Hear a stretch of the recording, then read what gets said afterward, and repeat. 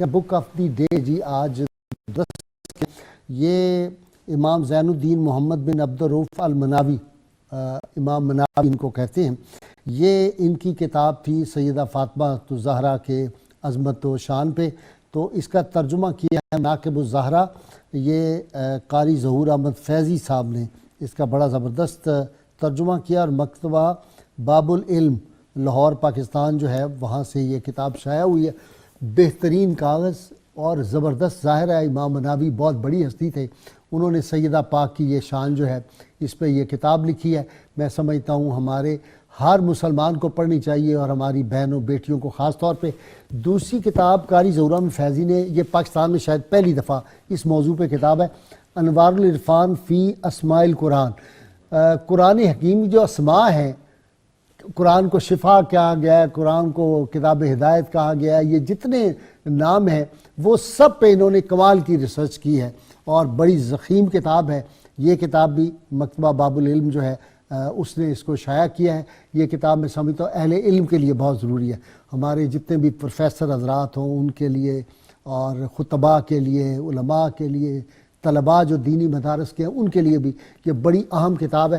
اس میں اسماء ہے، پھر اس کے نیچے احادیث مبارکہ، پھر تمام واقعات جو ہیں وہ سارے انہوں نے درج کر دیے ہیں. اللہ کریم کی بارگاہ میں دعا، اللہ تعالیٰ ہمیں حضور رحمت کونین صلی اللہ علیہ وسلم کی غیر مشروط محبت، لا محدود وفاداری نصیب فرمائے. قول حکمت ہے جی سیدنا علی المرتضیٰ شیر خدا فرماتے ہیں، اس شخص پر تعجب ہے جو نا امید ہوتا ہے حالانکہ اس کے پاس نجات ہے. جب آپ سے پوچھا جاتا کہ نجات کیا ہے، فرماتے کثرت استغفار. کتاب الشفا کبیر سے نسخہ ہے حاجی سے نجات کا. جو شخص روزانہ 5 نمازوں کے بعد یا حکیموں 80 بار پڑھ لیا کرے کسی کا محتاج نہیں ہوگا. شرط یہ ہے کہ اول و آخر کم از کم 11 مرتبہ درود پاک لازمی پڑھیں. ناظرین آج ڈسکشن ہوئی ہے، میری اس میں گزارش یہ ہے کہ ہم آج بیٹھ جائیں اور ہر شام کو سونے سے پہلے اندازہ کیا کریں کہ آج میں نے کیا وہ درگزر کا کوئی مرحلہ کیا ہے.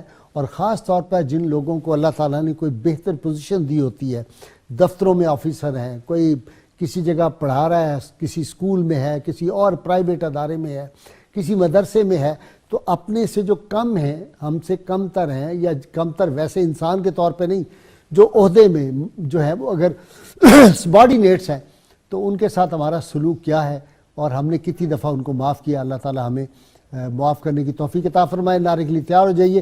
پاکستان کا مطلب کیا؟ لا الہ الا اللہ محمد رسول اللہ صلی اللہ علیہ وآلہ وسلم.